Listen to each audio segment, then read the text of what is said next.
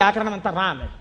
కానీ ఉపాధి బ్రహ్మరాక్షస ఉపాధిలో ఉన్నాడు కాబట్టి ఆయన ఎక్కడ నేర్పుతానన్నాడు? స్కూల్లోనూ అక్కడ నేర్పను, రావి చెట్టు మీద కూర్చుని నేర్పుతాను రా. ఎందుకంటే శివాలయంలో నేర్పాలి వ్యాకరణం, పూర్వం వ్యాకరణ మంటపాలని శివాలయాల్లో ఉండేవి, అక్కడే నేర్పాలి. కాబట్టి నీకు నేను రావి చెట్టు మీద నేర్పుతాను. రావి చెట్టు మీద కూడా ఎక్కడ? చిటారి కొమ్మ మీద కూర్చుని నేర్పుతాను, అక్కడ కూర్చో. ఎక్కడ పడిపోతానో అని కునుకు రాకుండా బాగా వింటావు. చెప్పేవాడు బ్రహ్మరాక్షసుడు, చెప్పేది చిటారి కొమ్మ మీద రావి చెట్టు మీద.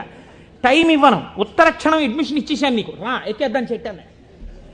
అమ్మ బాబో ఇదో అఘాయిత్యం కింద ఉందని పాపం ఈ చంద్రశర్మ ఆయనతో పాటు చెట్టెక్కి చెట్టు చివారి కొమ్మ మీద కూర్చున్నాడు. ఈయన మహాభాష్యం చెప్పేస్తున్నాడు. ఇప్పుడు ఈ మహాభాష్యం రాసుకోవాలి. ఎక్కడ రాస్తాడు? రాయడానికి ఓ గంటమో ఓ తాటాకో తెచ్చుకోవడానికి టైం లేదు. అందుకని ఆయన రావాకులు తుంపి ఒక పుల్ల ముక్క ఒకటి తీసి తొడ చీరుకున్నాడు. చీరుకుని అందులోంచి వస్తున్న నెత్తుటిలో పుల్ల ముంచి ఒక్కొక్క రావాకు మీద భాష్యం రాసుకున్నాడు.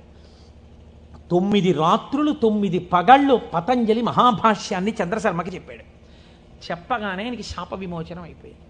శాప విమోచనం అయిపోయిన తర్వాత ఇప్పుడు నాకు బ్రహ్మరాక్షసుడిగా ఇంతకాలం బతికాక పూర్ణ వైరాగ్యం వచ్చేసింది.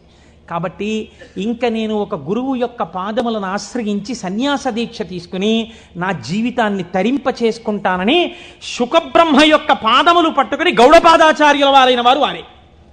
మనం శంకరాచార్యుల వారి గురు పరంపరలో గౌడపాదాచార్యుల వారిని చెప్తాం. ఎవరో తెలుసా అండి ఆ గౌడపాదాచార్యుల వారు? ఈ బ్రహ్మరాక్షసుడే గౌడపాదులు అయ్యారు. గౌడపాదులై శుకబ్రహ్మ యొక్క పాదములు పట్టుకుని సన్యాస దీక్ష తీసుకుని గౌడపాదాచార్య పేరుతో ఉన్నారాయన. ఈ చంద్రశర్మ ఈ రావ్యాకుల మీద రాసుకున్న మహాభాష్యం అంతా ఓ బట్టలో మూట కట్టాడు. మూట కట్టుకుని వెళ్ళిపోతున్నాడు ఆయన. వెళ్ళిపోతుంటే పాపం 9 రాత్రులు 9 పగళ్ళు నిద్ర లేదు. అడవిలో ఒక చోట మూట తల కింద పెట్టుకుని నిద్రపోతున్నాడు. ఎక్కడి నుంచో మేక వచ్చింది. ఇవేవో రావ్యాకులు బాగానే ఉన్నాయని ఆ మూటలో మూతెట్టి లాగేసి కొన్ని ఆకులు తినేసి, ఇప్పుడు ఆ వ్యాకరణంలో ఉన్న మహాభాష్యంలో పోయిన ఆకుల్ని ఏమని పిలుస్తారో తెలుసా అండి?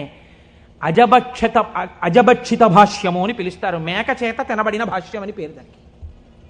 అది మేక తినేసి మిగిలిన మూట కట్టుకుని అడవిలో పడుకుంటే ఇబ్బందిగా ఉందని ఆయన ఒక ఊరిలోకి వచ్చి ఒక వైశ్యుడి ఇంటి అరుగు మీద పడుకుని నిద్రపోయారు.